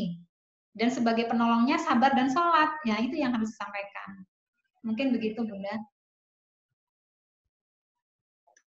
Kemudian ini ada pertanyaan dari Ibu Rahmi ya. Ibu Rahmi ini, saya memiliki seorang putri usia 1 tahun. Bagaimana cara mendidik seorang putri yang kebetulan cukup super aktif supaya bisa menjadi lebih kalem dan tenang secara emosional dalam tumbuh kembangnya. Buat Bunda Rahmi, untuk anak usia 1 tahun, dia super aktif itu harusnya ibu bersyukur alhamdulillah. Karena apa, Bu? Pada waktu anak dilahirkan, bagian otak yang sudah berkembang dengan sempurna itu bagian otak emosi, yaitu bagian yang namanya amigdala, dan juga otak yang mengatur sensomotorik, jadi otot-otot motorik. Dan yang perlu Ibu pahami, bahwa ada kan Bu sebuah iklan yang mengatakan anak aktif itu anak pintar. Itu benar, Bu. Kalau Ibu membatasi gerak anak Ibu, kayak namanya anak 1 tahun itu Bu, harusnya memang gerak. Karena memang cara belajarnya dia itu bergerak. Karena otak itu Bu, sambungan saraf di otak. Kalau anak diem, dia nggak nyambung. Itu luar biasanya Allah. Luar biasanya Allah menciptakan otak kita. Jadi kalau anak itu bergerak, sebenarnya otak juga sedang belajar. Apa sih yang dilakukan kalau sudah seperti ini harus bagaimana? Kalau misalnya sudah seperti ini, berarti kalau di depanku ada misalnya ada rintangan, aku harus bagaimana? Nah, itu terjadilah yang namanya sambungan sel-sel saraf di dalam otak. Dan itu yang membuat anak-anak kita pintar. Jadi selama ini kan yang dikatakan anak itu pintar kalau volume otaknya besar. Salah. Dalam sebuah penelitian terbaru tentang neuroscience, anak pintar itu saat otak anak ini dicitrakan, di foto otaknya, maka yang terjadi adalah sambungan saraf ini sangat rapat sampai kayak hutan. Jadi kalau misalnya di foto tuh yang namanya otak, kalau otaknya terang benderang, itu berarti serabutnya sedikit yang terbentuk, Bun. Karena otak itu, Bun, setiap 74 jam, di dalam otak itu muncul sel-sel saraf baru. Itu otak. Dan dalam waktu 74 jam ini, sel-sel saraf baru ini harus belajar agar nyambung. Kalau dia nggak belajar dengan cara bergerak, maka dia tidak akan nyambung. Dan apa yang terjadi? Sel-sel saraf ini mati dengan sendirinya dan rontok. Itu namanya apoptosis. Nah, kalau misalnya sudah seorang anak ya masih umur 1 tahun, dia mau bergerak, fasilitasi. Senang loh Bun, anak umur 1 tahun itu bergerak aktif daripada dia duduk, diem, mager, nggak ngapa-ngapain, maka apa yang akan terjadi? Otaknya nggak akan berkembang. Sel-sel sarafnya tidak akan tersambung dengan baik. Dan otomatis itu juga membuat otot-ototnya juga tidak bekerja dengan baik. Karena begini Bunda, saya itu ada di 4 sekolah, kebetulan menangani anak-anak dengan kebutuhan khusus, banyak anak-anak normal karena salah pengasuhan, karena dia kurang gerak, maka apa yang terjadi? Di saat dia sudah berusia 5 tahun, 6 tahun, 7 tahun, ternyata kecerdasannya tidak berkembang optimal. Kemampuan bicaranya juga tidak berkembang dengan optimal. Dan tugas-tugas perkembangan lainnya seperti toilet training, kemampuan untuk beradaptasi, juga kemampuan untuk menganalisa masalah, itu tidak mereka kuasai. Jadi maksud saya kalau masih umur 1 tahun, biarkan. 1-7 tahun itu anak memang harus mengeksplorasi lingkungan. Karena memang itu cara otak dia belajar. Nah, bagaimana agar dia nggak emosional? Tadi saya bilang, usia 0-7 tahun itu usahakan pengasuhannya. Pengasuhannya itu tidak merekam sesuatu yang sifatnya kekerasan, bentakan, amarah. Agar anak ini, emosi tadi kan saya sudah sampaikan, emosi itu nular. Maka saat anak ini tidak belajar dari lingkungan terkait bentakan, trauma, maka dia itu bisa menjadi seorang yang lebih tenang. Dan ajarkan juga pada saat dia meminta sesuatu itu ditunda. Jadi kalau dia pengen sesuatu, kita kan sudah tahu dia nih pengen susu karena cuma pengen aja, kita tunda dulu. Tapi kalau misalnya dia pengen susunya itu karena dia memang butuh, dia haus, dia mau tidur, karena dia sudah capek, kasih. Nah ini sebenarnya adalah cara kita mengatur emosinya dia. Dan nanti kalau dia sudah 0-5 tahun itu, kita harus ngajarin yang namanya muka senyum itu seperti apa, muka tertawa itu seperti apa, kemudian muka sedih itu seperti apa. Kita memang harus ngajari dan ajarkan dia besok itu kalau sudah 0-7 tahun, melabel emosinya. Jadi tanyakan setiap dia menampilkan emosi apa, tanyakan. Misalnya nih kita kasih dia hadiah. Kemudian tanya sama dia, bagaimana rasanya adik terima hadiah ini? Seneng ya? Itu disampaikan, adik merasa bahagia kan kalau dikasih hadiah? Iya, oh berarti ini buat adik dan ini yang dirasakan adik namanya adik merasa bahagia. Adik merasa senang. Sudah ya, Dek. Kemudian kalau misalnya suatu saat anak lagi main, mainannya rusak tiba-tiba. Ibu ditanyakan juga, adik kenapa menangis? Mainanku rusak gitu. Misalnya dia bilang, mainannya rusak itu bikin adik sedih ya. Oh, Bunda tahu, adik lagi sedih. Itu disampaikan. Jadi memang ngajarin emosi itu kita memang harus melabel apa yang terlihat dari respon anak pada waktu itu. Mungkin begitu Bunda Rahmi. Jadi kalau untuk anak 1 tahun, dia mau bergerak seperti apa, selama itu aman-aman saja, selama itu tidak membahayakan dia, silakan. Daripada anak tidak tumbuh ototnya dengan baik, dan otaknya juga tidak berkembang dengan baik. Biarkan aja, biar main semaunya, seperti itu. Mungkin begitu? Ada lagi yang mau ditanyakan? Bun, saya mau ini aja, berbagi sinergi. Iya, boleh. Setuju dengan apa yang kata Bunda ya, tentang emosi. Kalau saya merasakan emosi itu adalah suatu yang, kan ada negatif dan positif. Saya merasakan emosi itu adalah suatu rasa. Jadi ada rasa yang merusak hati, ada rasa yang membahagiakan hati. Seperti yang Bunda tadi sebutkan ya, yang merusak hati, misalnya kecewa, marah, dendam, dengki, iri, itu adalah emosi-emosi yang merusak hati. Ketika hati kita rusak, otomatis raga pun nggak kuat menanggung. Seperti Bunda juga bilang bahwa kemarahan itu adalah bisa membawa tubuh kita menjadi terdetok dengan kortisol, hormon yang merusak tubuh. Sedangkan emosi dengan rasa yang baik, dengan rasa membahagiakan adalah ketika kita tentram, bahagia, tenang, damai, dan itu adalah hormon-hormon dopamin, hormon-hormon kebahagiaan itu masuk ke dalam tubuh kita, membuat tubuh kita bahagia, membuat semua itu terlihat nyaman. Jadi memang ini artinya saya mengembalikan pada akhlak ya Bu. Seperti Rasulullah sampaikan bahwa ada segumpal daging, jika daging itu baik, maka akan baik pula semuanya. Daging itu bernama kolbu atau hati. Ya, jadi memang ini kembali lagi kepada akhlak gitu. Dan kembali lagi pada tauhid. Saya merasakan ya Bu, dulu ketika saya juga pernah berada di titik nol. Itu ya banyak kan nama ibu rumah tangga, masalah anak, saudara, adik, kakak, semuanya ada, semua pasti mengalami suatu masalah. Titik nol itu kita mau nggak berpikir apa sih? Al-A'raf 179, manusia itu berpikir dengan akal, dengan gunakan mata untuk melihat, telinga untuk mendengar ayat-ayat Allahnya, hati untuk merasakan. Jadi kalau itu ayat itu seperti Bunda bilang tadi, ayat itu berulang-ulang terus. Saya merasakan ayat itu adalah ayat tentang berpikir. Kalau kita nggak berpikir, artinya kita lebih rendah daripada binatang ternak. Itu ayat tersebut yang saya ketahui dari ini saya, guru pembimbing saya, ada 700 ayat berpikir. Ayat terbanyak dalam Al-Quran adalah ayat tentang berpikir. Ya, jadi Allah itu mengatakan sangat penting banget ya berpikir itu. Mata, telinga, dan hati gunakan gitu kan Bu. Saya merasakan ketika saya hanya bersandar, bukan selain Allah, saya rapuh Bu. Rapuh saya, nggak kuat. Tapi kalau saya sudah bersandar kepada Allah, keyakinan ilahiyah itu masuk ke dalam jiwa saya bisa, maksudnya saya lebih bisa kokoh. Tapi keyakinan selain Allah rapuh. Di saat timing tertentu, di saat masalah tertentu, kita nggak kuat. Kalau kita nggak punya tauhid gitu Bu.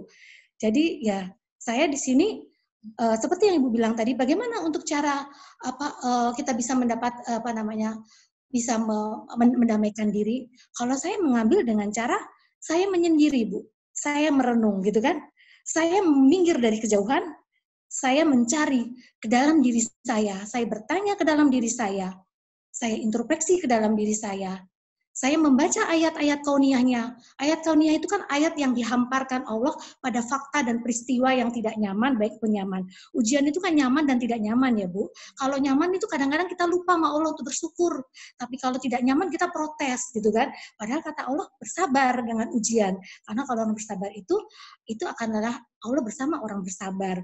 Jadi saya cuma membenamkan ini aja Bu ke dalam rasa saya. Terima kasih untuk tahu saya Ibu, semakin saya banyak mengambil kesadarannya untuk menanamkan di dalam hati saya. Jadi itu yang saya rasakan, saya simpulkan dari yang Ibu sampaikan itu. Wabillahi taufiq wal hidayah. Wassalamualaikum warahmatullahi wabarakatuh. Mohon maaf jika ada kesalahan atau ketidakmengertian saya. Terima kasih Bu. Ya. Matur nuwun Bunda Minda tadi, jadi memang benar kan tadi saya sampaikan di awal juga, kalau kita ingin mengelola emosi lagi sedih, memang kita butuh waktu untuk diri sendiri, istilahnya me time ya. Kalau Rasulullah dulu pada waktu usia 40 tahun melakukan menyendiri di Gua Hira yang namanya tahanut. Jadi waktu itu memang Rasulullah lagi cemas, lagi galau. Apa yang terjadi dengan umatku? Apa yang terjadi dengan suku bangsa Quraisy? Kenapa seperti ini? Kenapa seperti itu? Memang Rasulullah kemudian akhirnya memilih untuk menyendiri. Memilih untuk melakukan tahanut. Dan itu memang harus kita lakukan terutama buat ibu-ibu yang sudah menginjak usia 40. Jadi usia 40 itu adalah masa-masanya kita itu sudah mulai mendekat kepada Allah, tapi sebelumnya lakukan dulu perenungan diri, melakukan tahanut itu seperti Rasulullah. Karena Rasulullah sendiri kan sebelum diangkat menjadi Rasul di usia 40 tahun, sebelumnya sudah merenung di Gua Hira itu sampai berhari-hari, kadang nggak pulang. Itu sebenarnya adalah mencari jati diri, dan itu sebenarnya upaya kita juga untuk membaca ayat-ayat kauniyah dari Allah.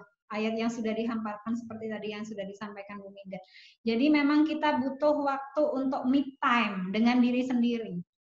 Agar apa? Agar tetap punya semangat dan agar tetap punya energi. Mau apa sih kita? Karena masing-masing dari kita sebenarnya Allah sudah mengatakan tidak aku ciptakan jin dan manusia kecuali hanya untuk beribadah kepada aku. Jadi apapun tugas kita di dunia itu, mau jadi dokter, mau jadi pramugari, mau jadi tentara, mau jadi polisi, mau jadi akuntan, mau jadi bankir, atau apapun ya, itu sebenarnya tujuannya hanya satu, yaitu sebagai hamba Allah, hanya untuk beribadah. Nah itu yang sebenarnya harus kita tanamkan juga kepada anak-anak, bahwa kamu diciptakan oleh Allah itu tidak sia-sia. Ada maksud penciptaan, ada misi yang harus kamu jalani nanti di dunia ini. Sebab kita diciptakan itu oleh Allah, tujuannya itu adalah menjadi hamba terbaik, menjadi khalifah bumi, untuk memakmurkan bumi, untuk memimpin bumi sebagai imarah juga. Jadi apa yang harus kita sampaikan kepada diri kita sendiri dan kepada anak-anak, sesungguhnya diri kita sendiri itu adalah pemimpin bagi diri kita sendiri dan juga pemimpin bagi anak-anak kita untuk ibu. Dan untuk seorang ayah, selain dia memimpin dirinya, dia juga harus memimpin keluarganya. Karena itu sesungguhnya tugas pengasuhan, parenting dimanapun, itu sebenarnya intinya satu, bahwa kita sedang menyiapkan kepemimpinan di dalam diri kita sendiri. Jadi kita yang harus tahu, aku sebagai hamba Allah itu harus bagaimana? Itu kita harus yang memimpin. Apakah menjadi hamba Allah yang baik? Ataukah mencari jalan yang tidak baik? Itu keputusannya ada di tangan kita. Karena itu tadi disampaikan oleh Bunda, ayat tentang berpikir itu dalam Al-Quran sampai 700 kali. Dan ingat ayah Bunda, dalam Al-Quran, dalam surat Al-Alaq, kalala ilam yantahi lanasfa'an binasiyah. Nasiyah itu sebenarnya otak prefrontal kita. Jadi otak prefrontal itu bagian otak yang kata Bunda Eli Risman ada di mana? Di belakang alis sebelah kanan. Jadi yang kalau kena pornografi, kalau kena game online yang itu bisa merusak bagian PFC itu benar. Jadi kalala ilam yantahi lanasfa'an binasiyah itu otak berpikir kita itu benar-benar kata Allah jaga dengan benar. Kalau nggak kamu jaga, maka apa? Akan dicabut sama Allah. Jadi nasihah itu sebenarnya otak berpikir kita. Dan itu Allah sebutkan berulang-ulang kali dalam Al-Quran. Jadi seperti itu. Jadi monggo kita sebagai ibu berpikir bagaimana anak-anak kita bisa lebih dekat kepada Allah, lebih dekat kepada Rasulullah. Jadi memang sirah Rasulullah, sirah sahabat, sirah para tabi'in itu sebenarnya menjadi bagian utama dalam pendidikan anak-anak kita di rumah. Tapi sayangnya kita selama ini hanya membuat kurikulum di rumah itu hanya berdasarkan pada Al-Quran. Dan Al-Quran pun jarang kita baca dengan utuh terjemahnya dan kisah-kisah yang ada di dalam situ. Harusnya kurikulum seorang keluarga muslim itu ada 3. Yang pertama adalah Al-Quran, hadis, dan sunnah Rasulullah itu sendiri. Dan kemudian yang ketiga adalah sirah. Karena banyak ulama yang mengatakan sirah dari Rasulullah itu sebenarnya mengandung banyak pelajaran penting. Dan karena di dalam sirah itu juga lah kita bisa melihat keteladanan Rasulullah. Dan di dalam sirah juga sebenarnya kita belajar sejarah di mana sejarah itu akan berulang. Begitu. Begitu, Bu Ade ya. Baik, terima kasih untuk ibu-ibu atas pertanyaannya. Saya kira sudah cukup ya, karena waktunya juga sudah mau jam 12, sudah azan. Mari kita akhiri kajian hari ini dengan doa yang akan dipimpin oleh Bunda Ustazah Irawati. Dipersilahkan. Di sini ada bapak-bapak ya. Jadi ini doanya umum saja ya. Jadi ini doa umum saja, terutama terkait dengan pandemik yang terjadi saat ini. A'udzubillahi minasyaitonirrajim. Bismillahirrahmanirrahim. Ya Allah, apa yang terjadi hari ini di negeri ini dan hampir di seluruh dunia adalah sebuah musibah yang sudah menjadi ketentuan dari-Mu. Dan semoga dengan musibah ini, ya Allah, Engkau mampukan kami untuk mengambil hikmah. Engkau mampukan kami untuk bersabar dan Engkau mampukan kami pula untuk bersyukur. Karena tidak ada satu ketentuan pun yang luput dari takdir-Mu. Karena semuanya sudah tertulis jauh di dalam Lauhul Mahfudz. Dan janji itu nyata. Ya Allah, ya Rabb, ya Rahman, ya Rahim, semoga pandemi ini segera berlalu, agar masing-masing dari kami bisa beraktivitas kembali dengan normal, dan agar masing-masing dari kami juga mampu lebih baik lagi nantinya untuk beribadah kepadamu, karena kami sudah rindu ya Allah untuk mengunjungi rumah-Mu. Kami juga sudah rindu ya Allah untuk bertemu dengan kerabat dan orang tua kami dan orang-orang yang kami cintai. Dan dengan musibah ini ya Allah, sebenarnya ada banyak pelajaran, ada banyak hikmah yang kadangkala kita tidak sanggup untuk melihat rahasia apa sebenarnya di balik semua peristiwa yang sedang kita alami saat ini. Ya Allah, ya Rabb, ya Rahman, ya Rahim, semoga dengan musibah ini ya Allah, nantinya bangsa ini akan lebih baik lagi. Nantinya bangsa ini juga akan lebih takwa lagi dalam beribadah kepadamu dan menjadi hamba terbaik. Dan semoga nantinya orang tua yang selama ini jauh dari anak-anak dan anak-anak yang jauh dari orang tua, semoga dengan musibah ini kami semua akan lebih baik lagi dalam mengasuh anak-anak kami, sehingga keluarga kami nantinya akan berkumpul bersama di surga-Mu ya Allah. Karena sungguh tujuan utama dari setiap keluarga adalah berkumpul kembali di surga bersama-sama.